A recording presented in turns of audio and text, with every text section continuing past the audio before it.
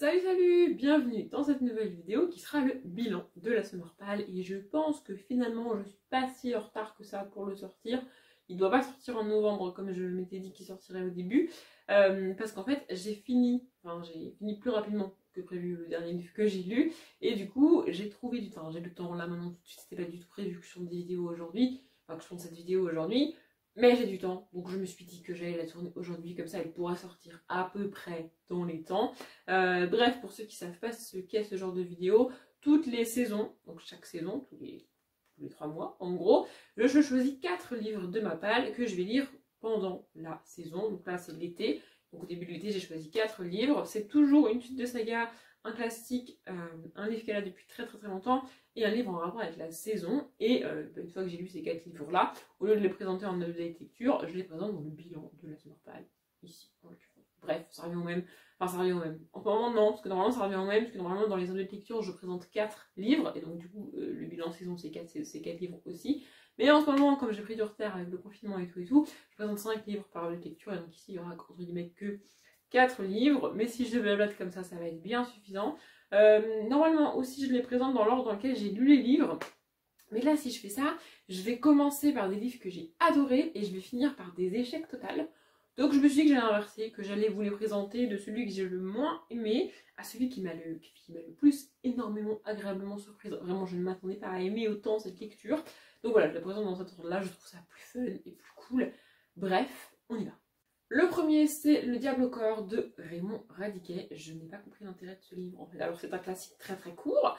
Et je me suis moi-même fait la réflexion que j'ai lu un autre classique écrit par une femme, à savoir La Princesse de Clèves, qui traite à peu près des mêmes sujets que pour le coup j'ai adoré. Mais alors ici, ça ne passe pas. C'est même pas que j'aime pas, c'est que ça ne m'intéresse pas. En fait, on va rencontrer un jeune homme qui doit avoir peut-être 18-20 ans. Ma lecture de ce livre remonte pour le coup parce que je l'ai lu au tout début août. Ça remonte un peu. Donc voilà, on va rencontrer un jeune garçon et en gros on est dans sa tête et c'est ses déboires amoureux, sa découverte de l'amour, des femmes, du corps des femmes, du sexe, de toutes ces choses que tu découvres à cet âge-là. Et en plus on est à une époque où il y a pas mal de convenances et de pressions sociales sur le mariage, le sexe avant le mariage, enfin, tous ces trucs hyper cool de l'époque, tu vois. Mais comme on est avec un mec, en même temps, tu sens bien que c'est pas hyper important pour lui. Bon, c'est plus important pour les filles et les femmes qu'il va rencontrer, mais que lui, le sexe en lui-même, le sexe avant le mariage, toutes ces pressions-là sont évidemment sur les femmes. Donc lui, bah, il s'en fout. Alors, voilà. Et en fait, on va suivre ça. Et en fait, ça m'intéresse pas. Ça ne m'intéresse pas. Suivre les déboires de ce pauvre garçon, ça ne m'intéresse pas. Au bout d'un moment, en fait, ce qui m'a fait arrêter le livre, c'est que j'ai lu une page. Arrivé en bas de la page, je me suis dit qu'est-ce que je viens de lire? J'étais absolument pas concentrée sur ce que je viens de lire. Donc j'ai relu cette page en étant concentrée. Et en bas de nouveau de cette page, je me suis dit mais en fait, si j'ai pas été concentrée, c'est parce que je m'en fiche de ce qui est en train de se passer. La vie du personnage ne m'intéresse pas, ce qui est mis en place ne m'intéresse pas, les questionnements ne m'intéressent pas. Et encore une fois, on a à peu près les mêmes questionnements dans La Princesse de Clèves. Alors je situe pas du tout en termes de sortie et d'écriture de livres La Princesse de Clèves par rapport à Le Diable au corps. Mais on est dans les mêmes questionnements. C'est que dans La Princesse de Clèves, on a une femme mariée qui n'est pas amoureuse de son mari et qui tombe amoureuse d'un autre homme. Et donc, du coup, il va se poser énormément de questions sur elle, ce que ça signifie pour elle, ce que ça montre d'elle, voilà, toutes ces questions-là. Et j'ai adoré La Princesse de Clèves, j'ai adoré les réflexions de La Princesse de Clèves.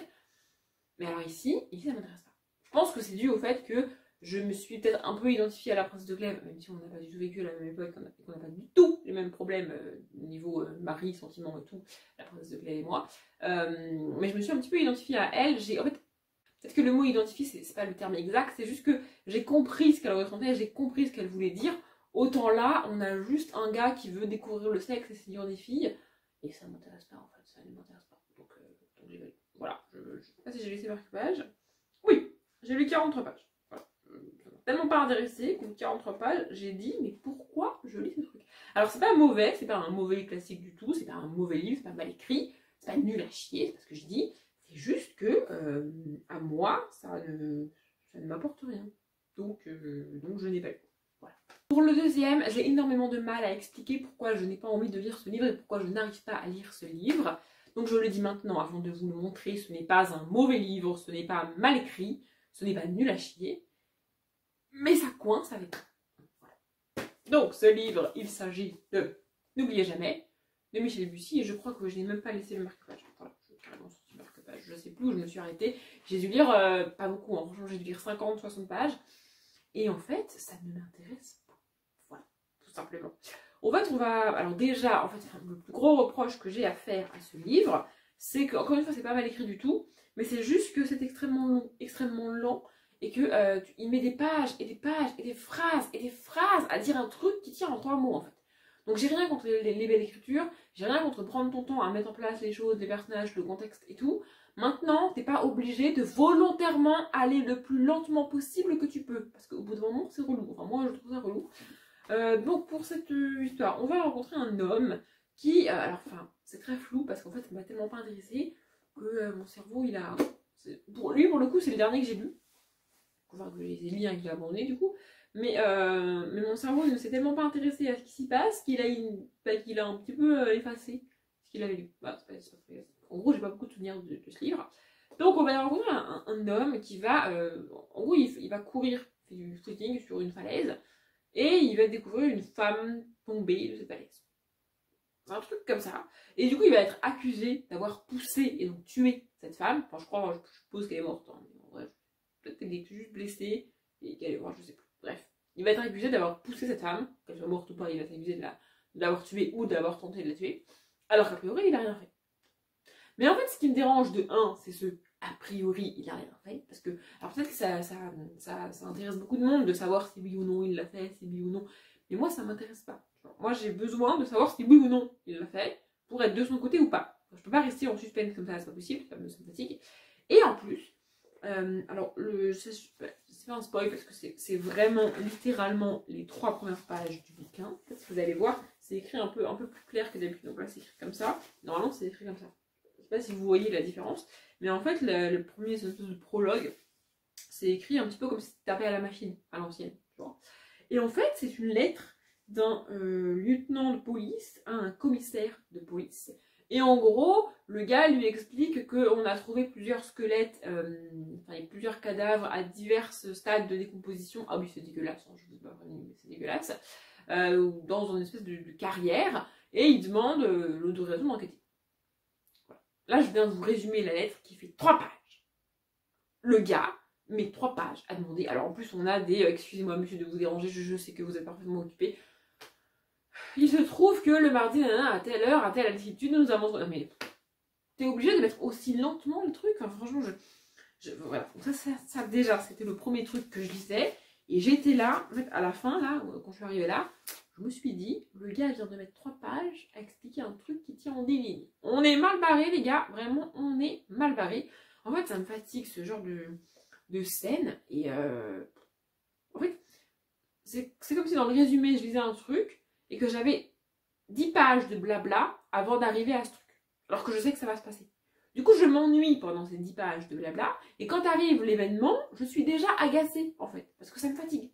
Regardez, je vais vous faire un exemple, parce que je sens bien que je suis pas très claire.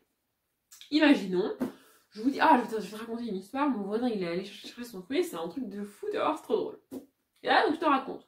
Donc, le gars, il est dans sa maison, il prend ses clés, il met ses chaussures, il ouvre sa porte, et puis il a un long chemin qui serpente pour aller jusqu'à sa boîte aux lettres. Il est pavé, ce chemin, et puis il y a quelques petites herbes qui sortent de ce chemin. D'un coup, il relève la tête et il voit un vélo rouge passer dans la rue. Ce vélo lui rappelle... Non mais on s'en fout, en fait. Enfin, je veux juste qu'il aille à la boîte aux lettres et qu'il trouve sa putain de lettre. On s'en fout de tout ce que je viens de te dire, parce que c'est pas fini. En plus, le vélo, il passe, et puis ça lui rappelle un souvenir de son enfance. Et dans l'écrit, tu as le souvenir de son enfance qui ne te sert à rien. Tu t'en fiches complètement. Tout ce que tu veux, c'est qu'il atteigne cette boîte aux lettres, qu'il l'ouvre et qu'il lit son courrier. Et là, ça va être intéressant. Parce que tout ce qu'il y a avant, personnellement, ça ne m'intéresse pas. Alors encore une fois, je sais bien que c'est utile dans les romans et dans les encore plus dans les contemporains d'avoir des descriptions pour pouvoir t'attacher au personnage, le rencontrer, en fait, le découvrir, savoir qui il est, ce qu'il fait et tout. Mais je sais pas, il y a des auteurs comme ça où leur dosage de description et de lenteur ne me convient absolument pas. Et Michel Bussy, malheureusement, en fait partie. Donc c'est pas mal écrit, c'est pas inintéressant, c'est pas nul à chier, je l'ai déjà dit mais je le répète parce que c'est important. C'est juste que la manière dont c'est écrit ne me convient pas. Voilà, tout simplement. Donc au lieu de continuer à m'agacer à lire ce livre et à insister parce que c'est monsieur Michel Bussy, que beaucoup de gens l'aiment et que beaucoup de gens le recommandent, je me suis dit non, ça ne sert à rien. Je suis en train de m'énerver, je suis en train de m'agacer après ce pauvre personnage qui n'a rien fait et qui a peut-être ou peut-être pas poussé cette femme de la falaise, ça ne sert à rien. Donc j'arrête de lire. Voilà, je n'arrive pas avec ce livre. Et en fait, ça me désespère parce que il y a des contemporains que j'adore. D'ailleurs, je vais vous en montrer un juste après. Enfin, pas juste après, mais encore après. Et à côté de ça, je suis entre guillemets obligée d'essayer des contemporains qui ne me plaisent pas jusqu'à trouver des contemporains qui me plaisent. Et ça me fatigue. Mais bon, j'ai pas le choix. Si je veux trouver des contemporains que j'aime, comme par exemple Agnès Lullig. Agnès Lullig est à ce jour mon autrice préférée. Tout genre confondu, toute époque confondue. C'est mon autrice préférée de tous les temps ever. Et elle n'écrit que du contemporain. Donc j'aurais jamais découvert Agnès Lullig si j'arrêtais de lire du contemporain. Donc c'est pour ça que j'essaye et que je continue encore et encore. Même si je suis obligée de tomber sur des livres qui ne me conviennent pas. Voilà. On passe maintenant à la deuxième partie beaucoup plus cool avec des livres que j'ai beaucoup plus aimés. Et donc ensuite c'est Clash, le tome 4, Passion irrésistible de Jack Ronover. Alors je ne peux pas vous dire qui on suit ici parce que c'est le 4e tome, donc le 4e couple qu'on rencontre dans cette saga. Et j'ai pas envie de vous spoiler l'histoire et l'histoire des tomes d'avant. Par contre, ce que j'ai trouvé extrêmement cool, c'est que donc ce personnage est un personnage extrêmement important, extrêmement touchant de l'histoire qu'on a déjà rencontré avant et qu'on a même rencontré dans les Mark & Men. Donc Mark & Men c'est la saga, c'est l'autre saga, enfin c'est une des autres sagas écrites par Jack Ronover et celle-ci est un peu un spin-off de Mark & Men. Donc on n'est pas du tout obligé d'avoir lu les Mark & Men pour lire cette saga-là. Maintenant pour lire ce tome en particulier, si vous voulez ne pas vous faire spoiler les Mark & Men, c'est quand même mieux d'avoir lu les Mark & Men avant et surtout pour comprendre mieux le personnage féminin qu'on rencontre ici parce que on a une grosse partie de son histoire absolument traumatisante, absolument horrible dans les Mark & Men, dans je sais plus quel tome de Mark & Men, mais dans les Mark & Men, dans l'un des derniers, hein, peut-être le 4 ou 5, un truc comme ça. Mais donc voilà, c'est quand même mieux d'avoir lu les Mark & Men avant de lire ce tome-là en particulier, pour mieux comprendre le personnage féminin, où il en est quand on démarre le livre, parce que sinon on ne comprend pas tout. Enfin, je suis méchante, c'est pas qu'on ne comprend pas tout, c'est juste qu'on comprendrait moins bien et on serait moins émotionnellement touché par ce personnage et moins compatissant avec ce personnage-là. Alors que franchement, vu ce qu'elle a vécu, c'est juste une horreur. En fait, ce personnage-là est tombé sur 2 hommes absolument immondes. C'est-à-dire qu'elle a eu un... Je vais vous spoiler un peu, enfin, spoiler un peu. Non, c'est-à-dire qu'elle a eu un mari, comment dire, un peu horrible avec elle, et que son père a encouragé son mari à se comporter comme ça avec elle. Donc, alors la meuf n'a aucune défense. Sa mère était aussi soumise à son père, donc elle a eu aucune aide d'aucune personne de son entourage. Voilà.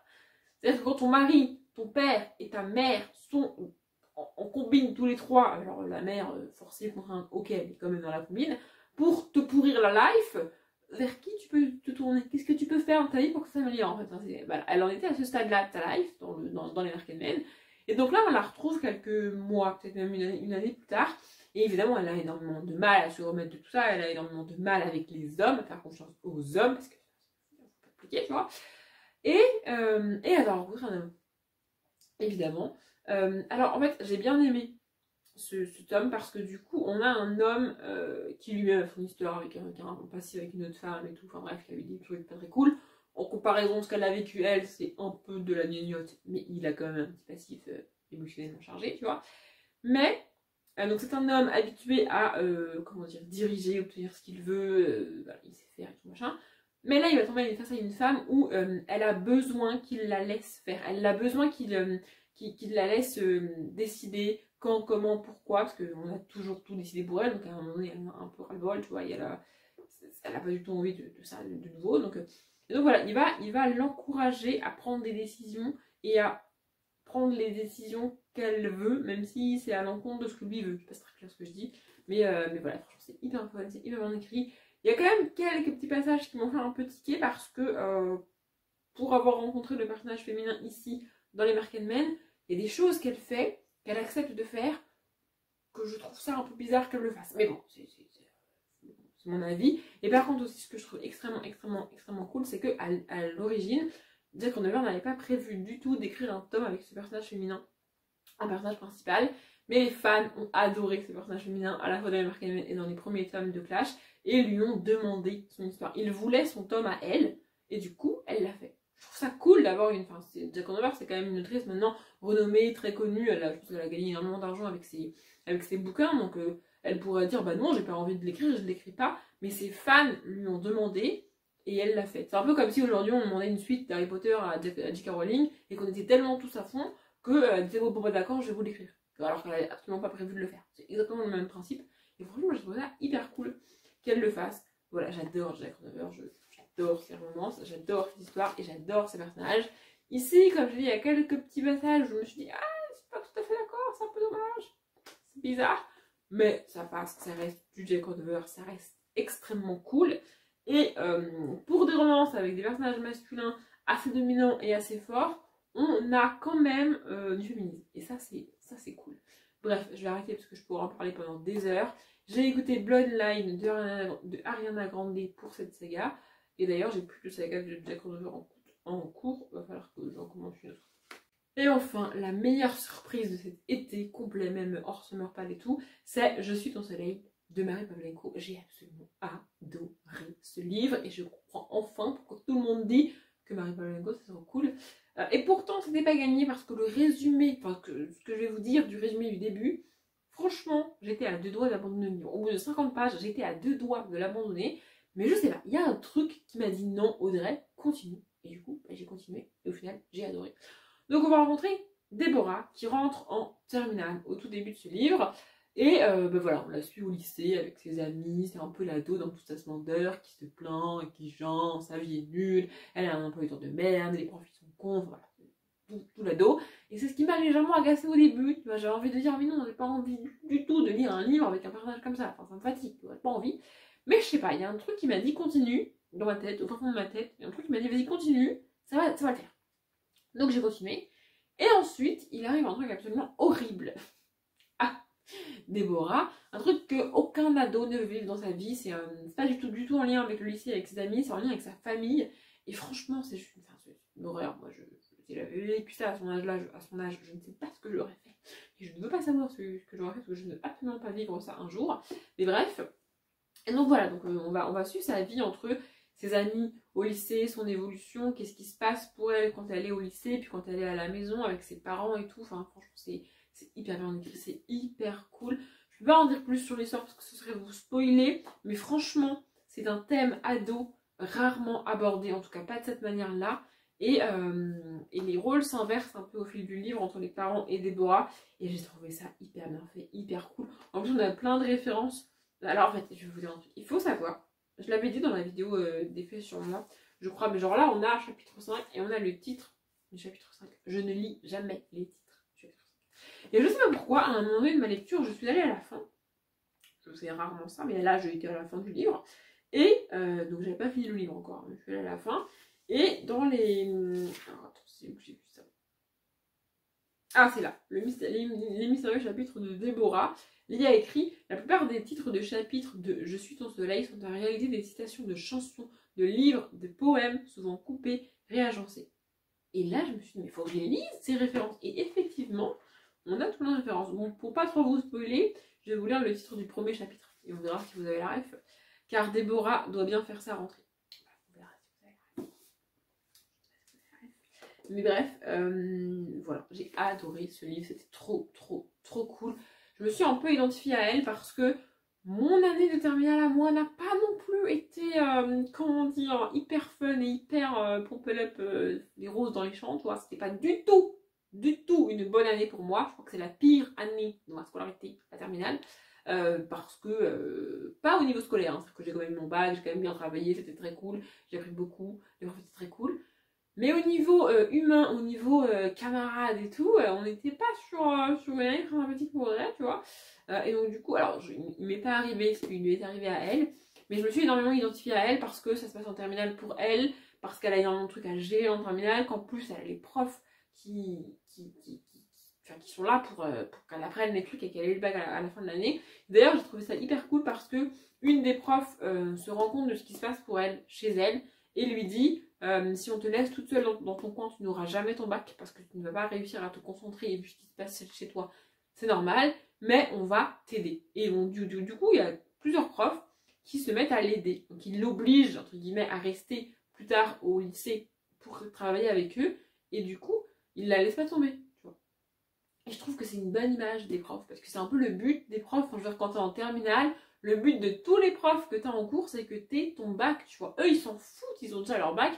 D'ailleurs, il y en a qui te le disent, tu vois, quand t'as 15 ans, 16 ans, 18 ans, là, ils te disent ça, ouais, bon, c'est bon, t'es vieux, on sait, tu vois, c'est pas la peine d'en rajouter, mais pour eux, que t'aies leur bac ou pas, ça changera strictement rien à leur vie. Ils continueront l'année d'après à enseigner, à gagner leur vie, à avoir leur famille, leur métier, tu vois, ça ne changera rien. Mais leur but, c'est que leurs élèves réussissent, en fait. C'est une espèce de vocation, pour eux, c'est une vocation de prof, tu vois. Et du coup, j'ai trouvé cette image des profs hyper cool.